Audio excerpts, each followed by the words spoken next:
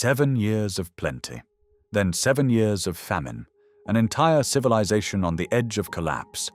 One man saw it coming, one man had a plan, and that plan saved the most powerful nation on earth from total economic destruction. His name was Joseph. He was a slave, then a prisoner, then the second most powerful man in Egypt. And the Bible gives us his exact financial strategy, step by step. This is not a children's Sunday school story.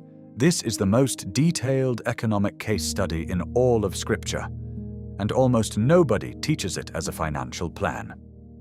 Today we're going to read Joseph's plan, see what he did, and learn the 5 financial principles buried in Genesis that could protect you in any recession. Let's start at the bottom, because Joseph didn't begin in a palace. Genesis chapters 37 through 41. Joseph was the 11th son of Jacob, his father's favorite. His brothers hated him for it. At 17, his brothers threw him into a pit. Then they sold him to slave traders for 20 pieces of silver. Notice that number, 20 pieces of silver. Judas sold Jesus for 30. Joseph's own brothers sold him for even less. In the Bible, betrayal always has a price tag. Joseph was taken to Egypt, sold to Potiphar, a captain of Pharaoh's guard. He worked faithfully, he rose through the household, and then Potiphar's wife falsely accused him. He was thrown into prison, not for weeks, not for months, years. Think about that. Betrayed by his family, enslaved, falsely accused, imprisoned, Joseph had every reason to give up. But the text says something remarkable. 3 times in Genesis, the same phrase appears. The Lord was with Joseph, in Potiphar's house, in the prison, in every place Joseph was sent against his will, God was there. And in prison, Joseph did what he always did. He was faithful with what was in front of him. He managed the other prisoners.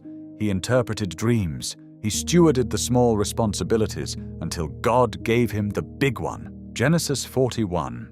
Pharaoh has a dream. 2 dreams, actually. And no one in his court can interpret them. In the first dream, 7 fat, healthy cows come up out of the river. Then 7 thin, ugly cows come up and eat the fat ones. In the second dream, 7 full heads of grain grow on a single stalk. Then 7 thin, scorched heads of grain sprout and swallow the full ones. A cupbearer who had been in prison with Joseph remembers him. Joseph is cleaned up, brought before Pharaoh, and asked to interpret the dreams. Joseph says, "I cannot do it, but God will give Pharaoh the answer he desires." Even in this moment, standing before the most powerful man on earth, Joseph gives credit to God. Then Joseph delivers the interpretation. 7 years of extraordinary abundance are coming to Egypt. Bumper harvests, overflowing granaries, more food than the nation has ever seen. But after those 7 years, 7 years of devastating famine, so severe that all the abundance will be forgotten. The fat cows devoured by the thin ones, and Pharaoh has no plan. This is where Joseph does something that no one asked him to do. Pharaoh asked for an interpretation. Joseph gives him an interpretation and a plan. Genesis 41, 33-36. Joseph says, "Let Pharaoh appoint commissioners over the land to take 1/5 of the harvest of Egypt during the 7 years of abundance. They should collect all the food of these good years and store up the grain under the authority of Pharaoh." Read that carefully. Joseph's plan has 5 specific components, and each one is a financial principle that modern economists still teach. Principle 1. Save a fixed percentage during abundance. Joseph didn't say, "Save whatever you can." He specified 20%. A 1/5, not optional, not flexible. A fixed, non-negotiable percentage set aside before anything else. This is the pay yourself first principle. 3,000 years before personal finance gurus invented the phrase, Joseph understood that if you wait until after spending to save, you'll never save. Principle 2. Centralize and protect storage. Joseph didn't tell each family to save their own grain. He collected it under Pharaoh's authority and stored it in designated cities. Why? Because individual families would have eaten into their reserves during the good years. Human nature consumes surplus. Principle 3.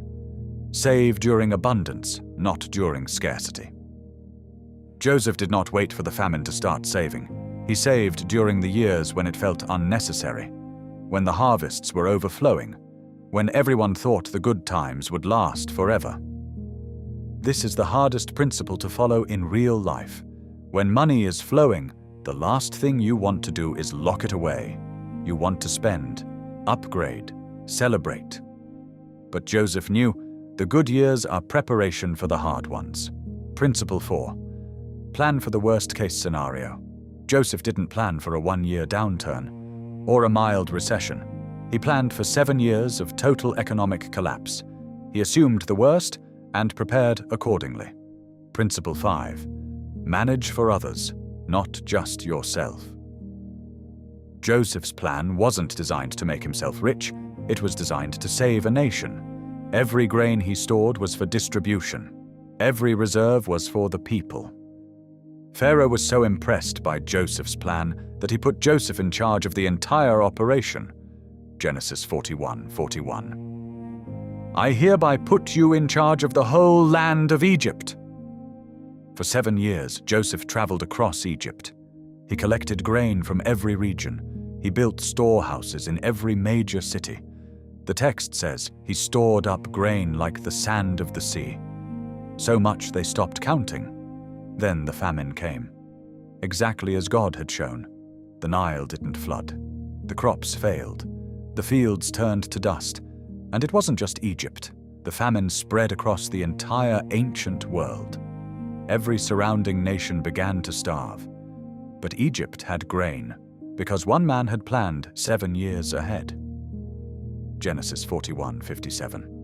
And all the world came to Egypt to buy grain from Joseph, because the famine was severe everywhere. Joseph didn't just save Egypt. He saved the surrounding nations. He saved traveling families. He saved strangers.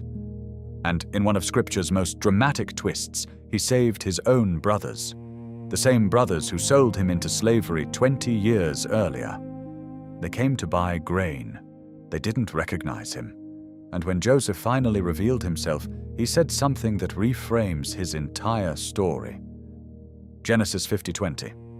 Joseph says to his brothers, "You intended to harm me, but God intended it for good, to accomplish what is now being done, the saving of many lives." This verse is the key to understanding Joseph's financial plan and why it matters for you. Joseph did not save Egypt because he was a financial genius. He saved Egypt because he was faithful in every season, pit, prison, and palace. And God used that faithfulness to accomplish something Joseph never could have planned. The prosperity gospel says, "Follow the right principles and God will make you rich." Joseph's story says something different. Be faithful wherever God puts you, even the pit, even the prison, and trust that He is working a plan bigger than your bank account. Joseph's financial plan worked not because he had a secret formula. It worked because he combined practical wisdom with spiritual faithfulness. He saved 20% because that was wise. He gave credit to God because that was true. He served Pharaoh because that was his assignment. He fed his enemies because that was righteous. No other figure in Scripture combines financial planning and spiritual faithfulness as clearly as Joseph. David was a warrior. Solomon was a philosopher. Paul was a theologian. Joseph was a steward. And his stewardship didn't just save grain. It saved lives. It saved families. It saved a nation. It saved the very bloodline through which Jesus would eventually be born. That is what faithful financial planning can do. Not just protect your own family, but serve a purpose so much bigger than yourself that you can't even see it yet. 5 financial principles from Joseph's plan. 1.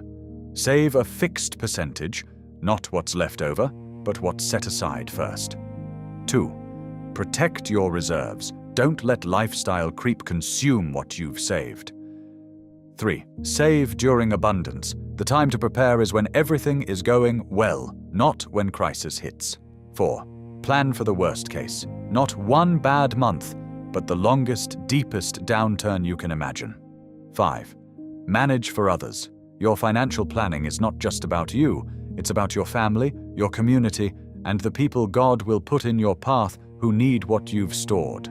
Joseph went from the pit to the prison to the palace, not because he chased wealth, because he was faithful with whatever was in front of him, and God used that faithfulness to save an entire civilization. You don't know what's coming. None of us do. But if you save during abundance, plan for the worst, and manage for others, you will be ready. We'll keep walking together.